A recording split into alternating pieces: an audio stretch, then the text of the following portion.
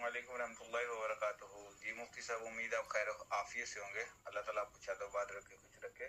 अब मुफ्ती साहब, सवाल ये अर्ज है कि क्या एक बंदा जो हालत नशा में है, यानी नशे की हालत में और बिल्कुल मदहोश है, ठीक है, यानी होश आवाज खो चुका है, तो उस हालत में अपनी बीवी को तलाक देता है, तो क्या तलाक हो जाती है भला? यानी तीनों तलाक क्या कर देते, तो क्या तलाक वाक़या हो गई? अस्सलाम वालेकुम रहमतुल्लाहि व बरकातुहू। नशे की हालत में तलाक दें तो क्या तलाक वाक़या हो जाती है? जी, तलाक वाक़या हो जाती है।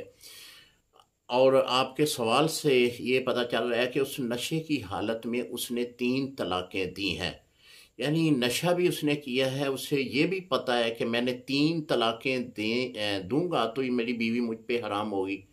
तो उसने वो मिक़दार मख़सूस जो मुकर्रर की गई है 3 तलाक़ों की, उसकी बोलने की हद जो है उस तक उसको होश मौजूद है।